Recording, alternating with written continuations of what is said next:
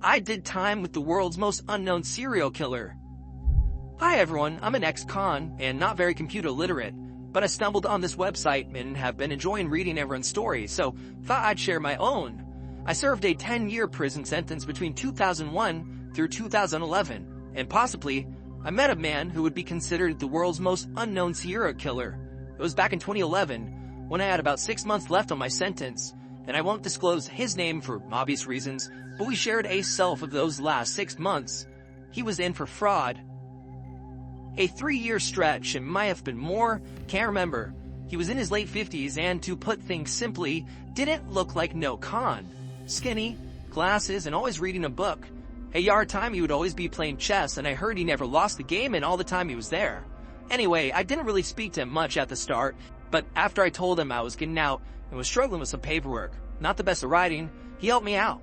I was grateful, and afterwards we became more friendly, but it was the night before my release that he told me his own story. I got hold of some moonshine, and we started drinking and swapping stories like you do in prison, mostly bravado and bigging yourself up. Well, I must admit, we got pretty drunk, and that was when he told me his story. Now, at the time, like you're reading this, I thought it was all a bunch of bullshit. We were drunk and I didn't believe a word, just thought it was a deranged man rambling. But once I had got out, well, let me tell you his story first and what I found out afterwards. He confessed that night that between 1970 and 2010, he'd killed 155 people. He told me that he killed his first victim when he was 23, but knew it was what he wanted to do for the rest of his life by the time he turned 15. Just said it was his calling, like that's of a priesthood. He said he found his particular specialty were roads, mainly motorways. He'd wait in the rest stops in the dark, waiting for someone to pull in. Drunks were his particular favorite, the easiest of kills, like taking candy from a baby. They'd be snoring in the front seat at the rest stop, trying to snooze off their 10 beers before they got caught by the police, and he said he'd watch them while they slept. Their heads pressed against the headrest, mouths open as they rested. He told me it became too easy, driving across the country, waiting for drunks. It got boring, so we graduated to couples. His favorite were university couples, young, sweet things with the whole life ahead of them. It gave him an incredible buzz to take a life with so much potential. They'd drive out to a nearby highway rest stop to make love, and in the darkness he'd watch them before getting to work. Afterwards, he told me he used to videotape the news report, which always showed the pretty young blonde smiling at him from the TV. Then they would show the visuals, candles in the hands of those who were thankful it wasn't them. A crying parent, a teacher who barely knew the students speaking about their potential greatness, a potential that would never come to be. He used to categorize the news reports and play his favorites at night, like how you would put on a movie. He'd sit down with pizza and wine and watch those news reports, reminiscing about different victims over the years. Now, of course, I didn't believe a word of it. Who would have? We were drunk, and by the time we had finished, I felt pretty sick about it all. Of course, I wanted to smash his face in, but I couldn't. I was getting out in the morning, and he knew that. And later on, I guess that's why he told me. He was teasing me. Well, anyways, it was the last part he told me that made me wonder. There was a girl murdered in the 90s called Alicia Blank. I can't reveal her full name, but you can Google it, and it'll come up in the article. Everyone knew that case. It was a big story in my country, but that night he told me it was him that committed the murder. Asked me if I wanted to know where the body was buried. I told him he was a sick blank, but he told me the location anyway. You should have seen the smile on his face. It was like all this time he has been playing a game with me, waiting for the night I was got out to tell me, test me, sort of. In the morning, he only stared at me blankly as I left my cell. And let me tell you, I've been around murderers and gangsters all my life, but that look on his face was something else. I can still picture it sometimes when I close my eyes. Those cold, dark eyes. And then for the next 6 months after my release, I thought what he had told me about the famous killing, the location of that poor girl. I would even find myself in the middle of the night trying to find more information about the case, cross-checking what the man had said. It came to the point where I started suffering from deep anxiety about it all. Of course, I would never go to the police since I'm old school, but I don't know, it sometimes gets to me. I reckon he was just lying, but I thought I'd get the story off my chest. Anyway, I've enjoyed reading your guys' stories, so thought I'd share my own. I continue looking forward to reading other stories as it helps my anxiety. Thank you for reading, and God bless. My son told me he was a serial killer. I believe him. People look at me strange when I tell them that I have an 18-year-old son. I'm 33. When James and I go out, it isn't uncommon for people to ask me if he's my little brother. He could easily pass for being in his 20s, and so could I. The past 18 years haven't been out without their trials, but I like to think I did my best I could given the situation. During my freshman year of high school, I knocked on my girlfriend. Her parents were going to put the baby up for my adoption, and my mom stepped in and helped me get custody. My son is a straight A student.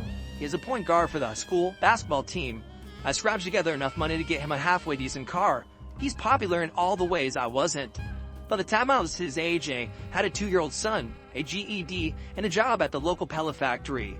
We live in a 2-bedroom apartment duplex a few blocks away from his high school.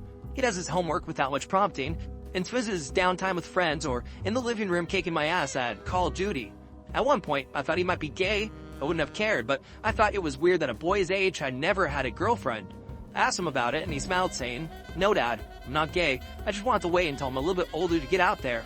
We don't want you to be the grandfather in your 30s. That was our sex talk. Between the internet and the sex ed class I had to sign a permission slip for, I figured he knew the basics. A few months ago, he told me he's going out late. When I asked why he told me that he had a date, I didn't ask any questions. I slipped him a $100 bill and told him to be home in time for breakfast. He was a good kid. I trusted him. After that, it became a semi-regular thing. He let me know on Friday afternoon that he was going to be out late that night. Each Saturday morning, he'd be home and sit on the couch playing down the Xbox before I climbed out of bed. I never met any of his dates, but I figured he was keeping it to himself. Like I said, I trusted my son. He had a good head on his shoulders, and I had no reason to suspect that anything was amiss. I don't normally watch the news. Between my Facebook feed and Twitter, I usually knew enough about current events not to care. For whatever reasons, I found myself sitting in front of the television at 5 in the afternoon and decided to watch the news. I kinda wish it hadn't. The television switched from a commercial to showing the acre sitting there with a somber face. She looked at the camera and said, "Later tonight, we'll be covering a development story. Several area women are still missing as police look for clues as to whether or not the disappearances might be related. We lived in a sleepy little town. The idea that something like that could be happening so close to home shook me a little. The idea that my son could be out and about with something like that happening in town scared me a little too much. I talked to him about it. He told me not to worry. James was a big kid. He stood just under 7 feet tall and had a wide frame. I wasn't worried about someone getting the jump on him. But as a big guy myself, I knew that having a large frame meant very little if someone had a gun. James assured me that I had nothing to worry about. Just to be safe, I swiped his cell phone while he was asleep. I installed an app that allowed me to see his location at all times. Maybe I was just being paranoid, but I remember being 17 and thinking that I was invincible. I didn't give it much thought. After setting the app to hidden mode, I put it back on the charger in the kitchen and didn't pay it much mind after that. I figured if I ever got worried while he was out, I could pull up an app on my phone and see his location. As long as it wasn't too out of sorts, I'd relax and go back to watch Netflix. I started following the case of the missing woman online. It was developing into a bit of a media sensation in our area. 6 women had gone missing over the course of 10 weeks. They varied in age and appearance. No bodies had been recovered, but police were operating under the assumption that foul play might be involved. When the 7th woman went missing, my heart skipped a beat. I hadn't seen Rochelle in 10 years. She came back around when James was about 7. She tried to do a mother thing, but didn't have the chops for it. After a few months of broken promises and missed appointments, I got filed a motion for the court to do a drug test. After she failed the test, I had my lawyer file another motion stripping her of any visitation with our son. I didn't want my son to have a deal with that. It was Saturday morning and I was very apprehensive about going downstairs. James and I didn't talk about his mother much. She had spiraled out of control after giving birth to him and used just about any drug she could trade her body for. By the time she had come around to visit him, she had aged 20 years and only 7. Her arms were covered in track marks and her teeth were yellow to the point of decay. To be honest, I was surprised she stayed alive long enough to be abducted. With a heavy heart, I approached my son in the living room and said, "Son, we need to talk about your mother." James sighed and paused his game. He looked up at me and said, "What did she do this time?" I sighed and said, "She went missing last night. Police say there were signs of struggle at her trailer." James stared at the television like he was looking through it and unpaused his game. He continued looking forward and said, "Yeah, well, that really isn't news, is it?" James and I didn't talk about his mother because he didn't like talking about her. One of the main reasons I involved a lawyer was because during one of her trips, she picked him up and took him over to her apartment. Apparently, she had a few customers come by while my son sat on the couch. His first real visit with his mother turned into junkies sitting next to him on the couch as they plowed $20 at pop to nail his mother. 3 hours later, a guy James called Steven dropped him off at the house. He was there when I got off at work. I asked him what happened, and all he would say is his mother didn't want him there anymore. He had sat outside with a jacket for 4 hours. Of all the things that could have happened to him, I was relieved more than anything that they had been so minor. I'd heard horror stories about situations like which ended in much more gruesome outcomes. I immediately put James into therapy after that. Within a few years, his effect turned to normal, and the visits to a therapist became less frequent. Up until that night, he had asked me about the mother about once every couple months. In the time since, I think he might have brought her up once. The following week, he let me know he was going out on another date. My penned-up worry manifested that night in pulling up an app on my phone. He drove down to a random address on the other side of town and then out to a spot in the middle of nowhere. I installed the app several weeks prior and didn't give it much thought. However, I hadn't been aware that it had been tracking its movements. According to the logs, he had been to that location in the middle of nowhere at least 4 times in the previous 6 weeks. I looked over his stops and his routes and noticed that one of the places he had been was Rachel's trailer that night she went missing. I was suspicious but unwilling to grasp what every cell in my brain would have been shouting at me if I was any other kid. I threw my phone onto my bed and pulled out a bottle of whiskey from my nightstand. I drank myself to sleep and woke groggy the next morning. James was downstairs playing Dark Souls and eating a Pop-Tart. I knocked back a Red Bull and stumbled out to my car. I decided to go out to the spot in the middle of nowhere and check out where my son had been taking his dates. I really wish I hadn't. I really wish I hadn't. My GPS led me to the gravel road that had fallen into disrepair. After driving down it for a quarter mile, with dense forest on either side, it opened up to a clearing with a small pond. I pulled up to the edge of the gravel and got out of my car. I could see remnants of a campfire near the pond. I walked over to it. The ashes were still warm. I sighed with relief. My son had found a quiet field with a pond in the middle of nowhere and was swooning his dates under the stars. I was almost proud of him.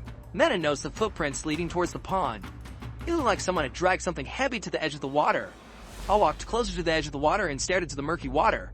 I turned back towards the fire pit and noticed bloodstains on the grass behind me. With some trepidation, I waded into the water, and about 10 feet out, my worst fears were confirmed. I stepped on something hard. I reached down to feel it, and it was a thick logging chain. I pulled up on it and revealed a waterlogged body wrapped in a blanket. I pulled away the cloth to reveal a bloated face. It was Rochelle. I quickly wrapped her body back up and pushed it under the water. I ran back to my car and sped home. I sat in the driveway for 15 minutes trying to figure out if I was having a panic attack or a heart attack. My heart pounded in my chest so hard that it hurt. Tears streamed down my face as I tried to rationalize what I found. I tried to convince myself of 50 different conspiracy theories that explain why my son was innocent. Someone knocked on the driver's side window of my car, and I about jumped out of my skin. It was James. I climbed out of it hesitantly, and he immediately wrapped his arms around me saying, "Whatever it is, it's okay, Dad. Just tell me what happened." He was such a good son. For a brief moment, I forgot about the pond and his mother's body. I followed him inside, and after changing into some dry clothes, I joined him in the living room. I sat in my easy chair as he sat across from me on the couch. After a few minutes of silence, I stared at the floor and said, "I found your mother." He responded, "Oh." I don't know what I expected him to say, but his response hit me hard. It wasn't surprise or even anger. It was the same flat effect he showed on the rare occasions I had caught him doing something he wasn't supposed to do. I looked right at him and said, "Please tell me you didn't do anything stupid, son."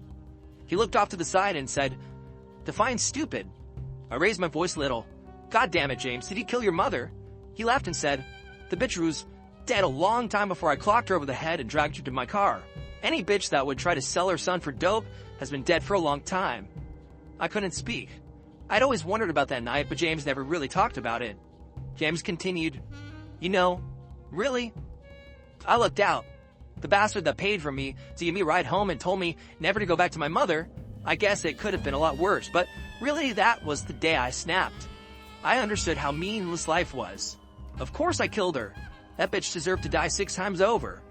Tears filled my eyes as my son confessed to more than 15 murders. I sat there dumbfounded as he gave details and descriptions that no child his age should have been able to produce. When he finished telling me everything, I just sat there. What could I say? What should I have said?